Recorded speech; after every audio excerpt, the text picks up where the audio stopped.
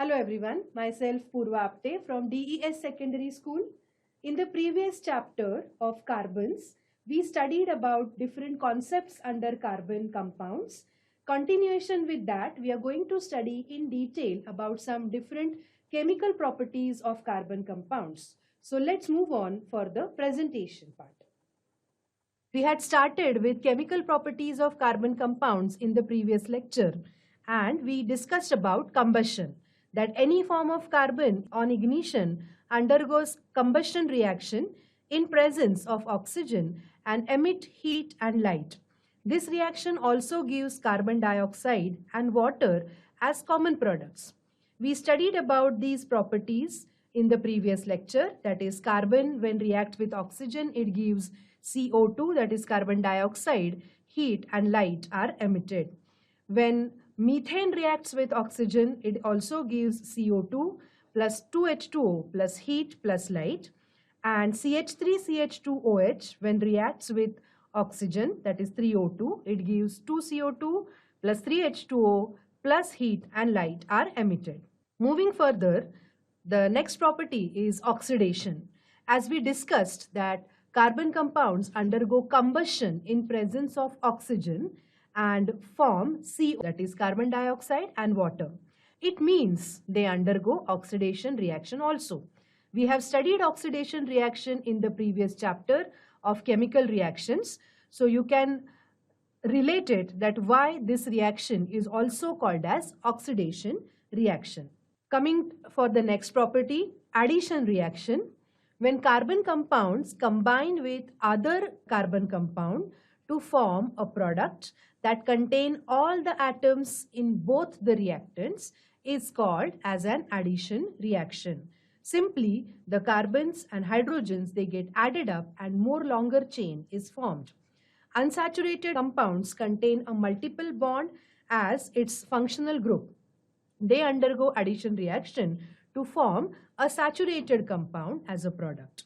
This is instantaneous reaction, that is quick reaction. For example, hydrogenation of vegetable oil. Here, the process of hydrogenation of vegetable oil is shown. We can see the oil seeds that are crushed first, and after this crushing, they are taken for the refining process. Here, Ni, that is nickel, works as a catalyst. It fastens this reaction. When this Ni as a catalyst is added, hydrogenation process takes place, that is hydrogen is added to that, and then in the second procedure, that is in the filtration process, this Ni, which is the catalyst over here, it is taken out and the hydrogenation process continues. Now this, after the filtration, whatever product is formed, that goes post bleaching reactions, deodorizing reactions, and then it moves towards blending or packaging or delivery. And ultimately the final product, it comes in front of us, that is it may be butter or margarine, etc. So this is how the hydrogenation process takes place. Simple reaction, chemically you can say any saturated oil plus H2, that is hydrogen added to that in presence of nickel as a catalyst, it hardens, and that is we use as a butter or margarine. Okay, so this is called as hydrogenation reaction. Continuing to the properties, substitution reaction.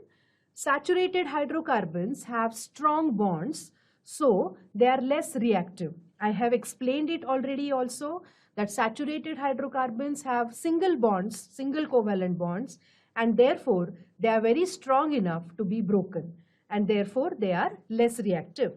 But in presence of sunlight, they react rapidly with chlorine. Chlorine substitutes all hydrogen atoms one by one and a new compound is formed. Example for this is chlorination of methane. Let's see how does it takes place. Methane, when chlorine is added to that in presence of sunlight, a rapid reaction takes place and one of the hydrogen from methane is replaced by chlorine, and the remaining hydrogen which has been displaced it forms a bond with the chlorine atom, and HCl as a byproduct is formed. So here we get CH3Cl and HCl. This reaction continues if this CH3Cl is again exposed to sunlight in presence of chlorine. Again, one more hydrogen is removed from CH3Cl, and thus we get CH2Cl2, and once again one HCl molecule is formed as a byproduct. Continuation with this reaction, again if it is exposed to sunlight in presence of chlorine, CH2Cl2 plus Cl2, one more hydrogen is removed, and thus we get CHCl3 plus HCl. Again one more product as a CHCl3. This continues and ultimately we get CHCl3 plus Cl2. It gives CCl4 plus HCl. So this is how the substitution reaction takes place in saturated hydrocarbons. Now some commercially important carbon compounds. Ethanol, you must have heard this name many times. It is a colorless liquid with boiling point 78 degrees Celsius. Commonly, it is known as alcohol or spirit, and it is soluble in water. The spirit lamp that we use in the laboratories, that is actually we are using ethanol over there. It adversely affects the physiological processes and nervous system if consumed in extra quantity. And it is also used in medicines, especially cough mixtures, etc. You must have read on cough mixtures that self-generating alcohol is present. So that is this alcohol. Chemical properties of ethanol: reaction with sodium. All alcohols react with sodium to liberate hydrogen gas. The reaction takes place like this.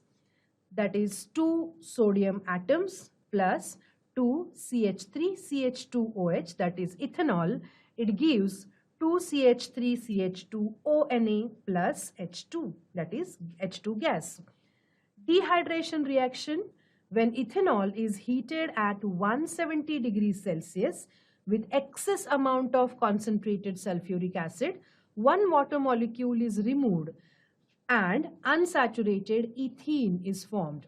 As water molecule is removed, this reaction is called as dehydration reaction. The reaction somewhat takes place like this.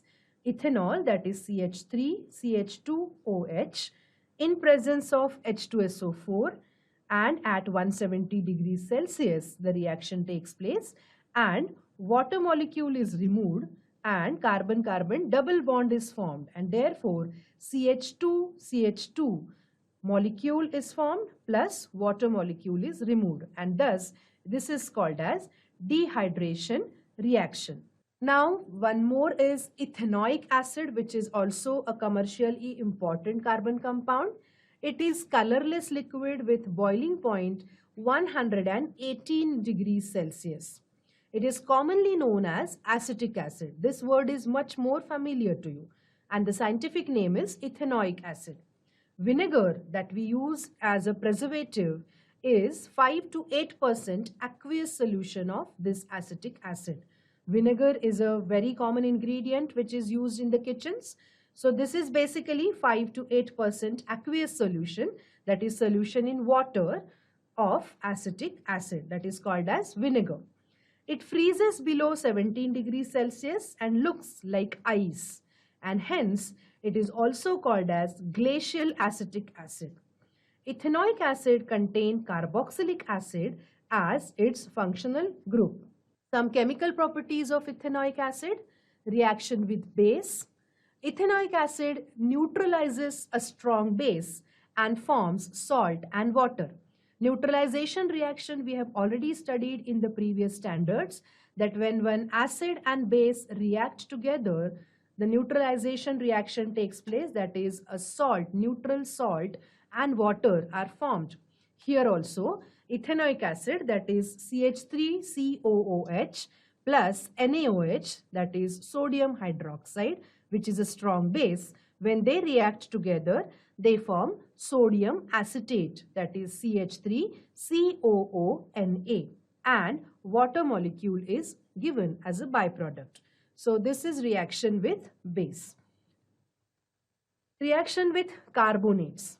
Ethanoic acid reacts with sodium carbonate to give sodium ethanoate, water and carbon dioxide.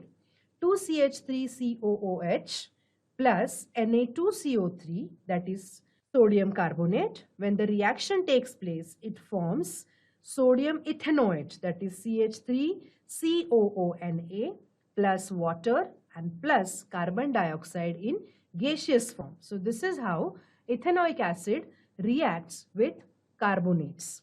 Continuation with the properties of ethanoic acid, reaction with bicarbonate, that is sodium bicarbonate here I have considered. Similar results are obtained when ethanoic acid reacts with bicarbonates. CH3COOH plus NaHCO3, that is sodium bicarbonate. It gives CH3COONA plus H2O plus CO2 in gaseous form.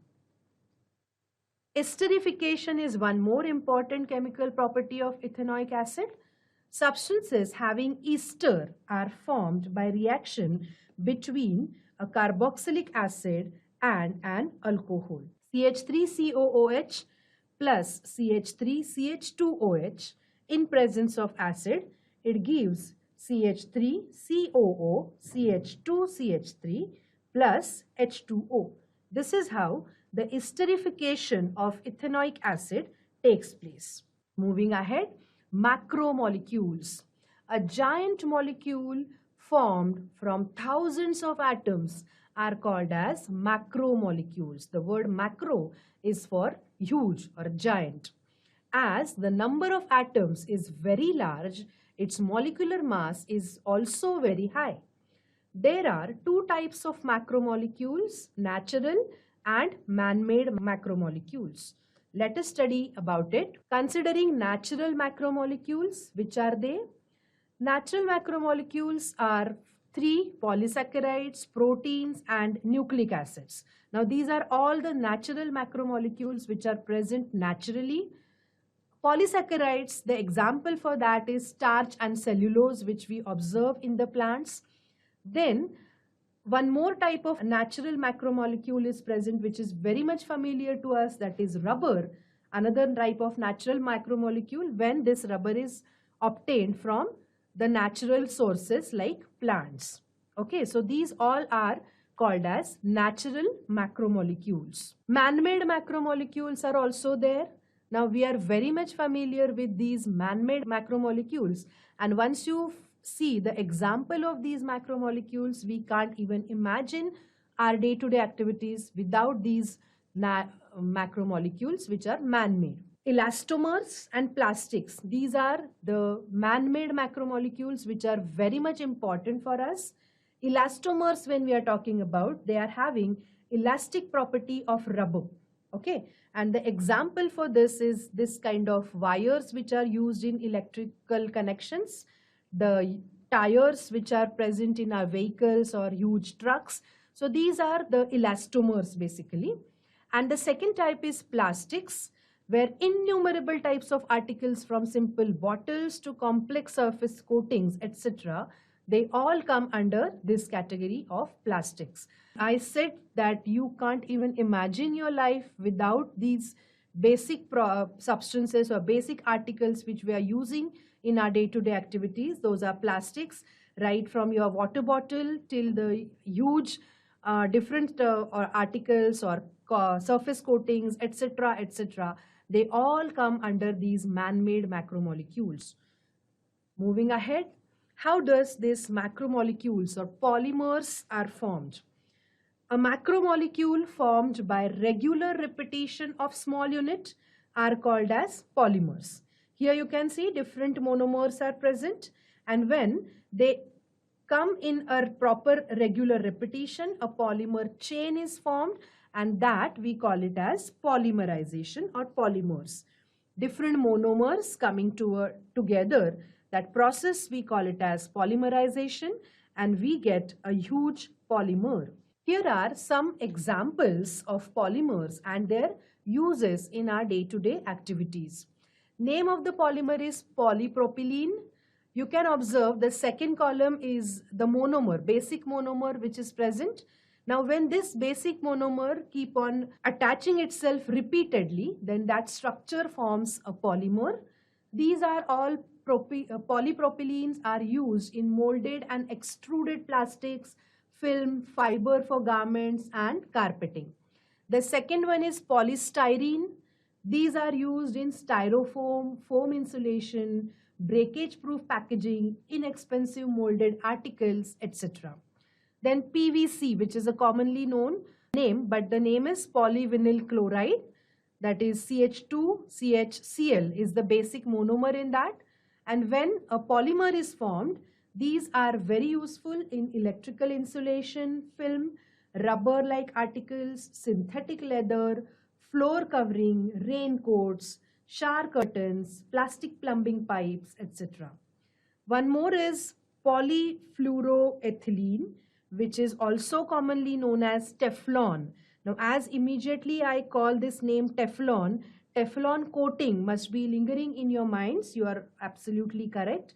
These are heat and stick resistant coating that is resistant to high temperatures and inert to almost all the solvents and other chemicals. And that's why this Teflon coating is used in kitchen utensils for non-stick kitchen utensils. Now, homopolymer is one more type under polymers. The joining of same type of monomers together forms a polymer that is called as homopolymer. Homo means same. So here you can see that ethene, all ethenes are getting attached. The double bond of ethene open up and the polymer is formed. So this kind of polymer is called as homopolymer. You can observe it in the picture. One more type, copolymer, when two or more types of monomers join to form a polymer, then that is called as copolymer. For example, PET polymer. Here in the picture, you can observe that randomly two or more types of monomers are getting attached, or it can be alternating types of monomers getting attached, or in the third picture, you can observe that there is a specific block of monomers getting attached in a proper sequence. Or it can be grafting also, as in case of the fourth picture. So all such types of polymers are called as copolymers. Here also you can observe when two or more types of monomers join to form a polymer, then that is called as copolymer again, as we discussed. And here are some different examples of these copolymers: alternating copolymers, block copolymers, sequential copolymer, and statistical copolymers. So there are varieties of copolymers, and that's why we get n number of varieties of different articles which we are using in our day-to-day activities. Now here are some natural polymers. Rubber in latex of the tree. As I said, that rubber, if it is obtained from natural sources, then it comes under the category of natural polymers. Also, cellulose in wood is another type of natural polymer. Then polysaccharides in starch, the starchy food that we consume, or the starch which is present in different plants which is used for different purposes. The polysaccharides which are present, these are the natural polymers. DNA in animals or animal chromosome which is present, that is also an example of natural polymer. Proteins in muscle, hair, etc., that is again example of natural polymer. And RNA which is present in plant chromosome, this is also an example of natural polymers. So in the beginning, as I said, that most of our body parts is also containing carbon. So from this you can make out that DNA, RNA, then muscles, hair, all these body parts which we have, they have carbons in it. Now here we have some classification of polymers. Just take a quick look at this, that based on origin, there are three types of polymers: natural polymers, semi-synthetic polymers, and synthetic polymers. Now in semi-synthetic, some part is natural polymer and some is completely man-made, and that's why we call it as semi-synthetic polymer. And the third type is completely synthetic polymer, that is man-made. Now based on structure also we can classify these polymers like linear polymers, branch chain polymers, or cross-linked polymers. Based on the structure, the properties of these polymers might change, and as the properties change, its use in day-to-day activities also goes on changing. Based on molecular forces also, the polymers can be divided as elastomers, we discussed it already, fibers, thermoplastics, and thermosetting polymers. Now, thermoplastics, thermosetting polymers are also very much you are familiar with. So, based on molecular forces, the classification of polymers can be done. Another fourth category is based on polymerization, main existing mechanism. Based on that, whether the addition of polymers is being done or condensation is being done.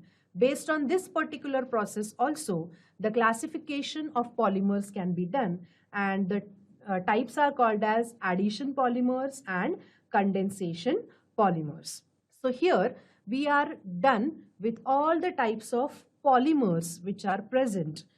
Now, one more activity as we have discussed, that is IUPAC nomenclature of carbon compounds. Here I have some examples for you which we are going to practice. Now here the name is given 1,2-dichlorobutane. Now remember how it has been written. 1, 2 is there. So that is one of the rules of IUPAC nomenclature. Dichloro, the word di means 2, and 1, 2 already they are saying that to the first and the second carbon chlorine has been attached, and the last word is butane. So if you analyze it, obviously we can say that butane means 4 carbons with single bond. 1,2-dichloro means there are 2 chlorine attached to first and the second carbon atoms. So now we can draw the structure like this. Now here I have started counting my carbons from right hand side. So I have attached those chlorines to those first carbons, first and second carbon. If you start from left hand side, you can change the position of chlorine. So this is how the structure for 1,2-dichlorobutane is given. Now here we have 4-methyl pent-2-wine. Again, read the name carefully. 4-methyl pent-2-wine. Now 4-methyl means the methyl as a functional group is attached to the 4th carbon. Pent is a word, means there should be 5 carbons in it.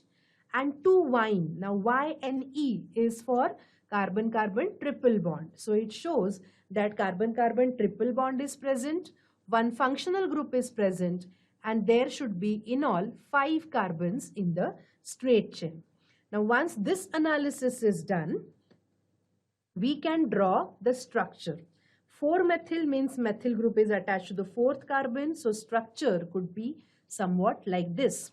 Here we can see that carbon-carbon triple bond is observed in 2nd and 3rd. That's why the name pent-2-wine.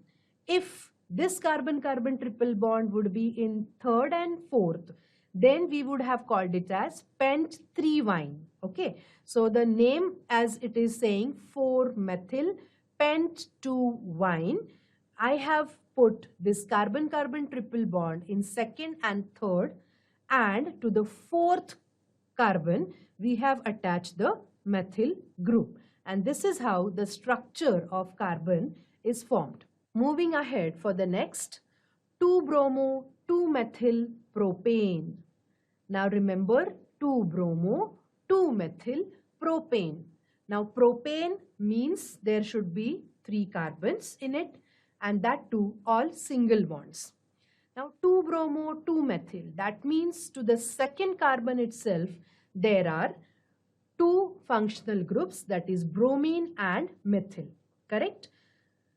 So the structure will be somewhat like this: CH3, CH3, CH3 and Br. This formula is also called as condensed formula. So even if you don't show hydrogens separately, then we call it as condensed formula. The name is 2-bromo 2-methyl propane.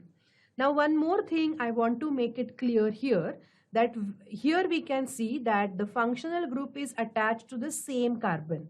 So which name should be written first? If this is the case arises, then we will go according to the alphabetical order. So we will write first as bromo and then we will go for methyl. And hence the name is given as 2-bromo, 2-methyl propane. Hope it is clear to you now. Yeah, here we have a structure of carbon compound given, and from this we have to predict the name for this particular compound. Now you can make out that how many carbons are present in the straight chain. Here we can observe the OH group also as the functional group. So we should start counting the carbons from the left hand side, right? There are 6 carbon atoms in the single bond, that is 1, 2, 3, 4, 5 and 6. Okay, so the name will be hexane 2-ol, as OH group is the functional group here, and we have to specifically mention that this OH group is attached to the second carbon. So the name will be hexane 2-ol. Now here E is replaced by 2-ol, and it shows that there are 6 carbon atoms in the single chain, single bond, and OH group is attached to the second one. Here we have one more example of compound, that is here I have started counting 1, 2, 3, 4 carbons. There are 4 carbons with single bonds, so parent chain is butane, and second and third carbon has 1 methyl group each, and therefore it becomes dimethyl, and the name is 2,3-dimethyl butane. So thus I hope now it is very much simple for you to write the IUPAC name for the given structure, or if the name is given, you will be able to draw the structure. So thank you so much for observing it. So thus children, I hope you enjoyed this lesson of carbon compounds.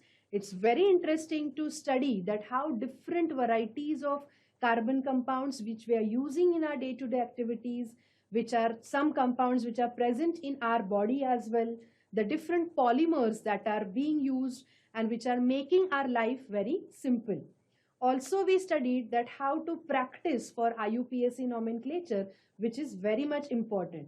And I think I'm very much successful and confident that now you will be able to find out the different structures if any IUPAC name is given, or if any structure is given, you will be able to find out what its name should be in IUPAC nomenclature. So read the lesson thoroughly and keep practicing for IUPAC nomenclature. Thank you so much.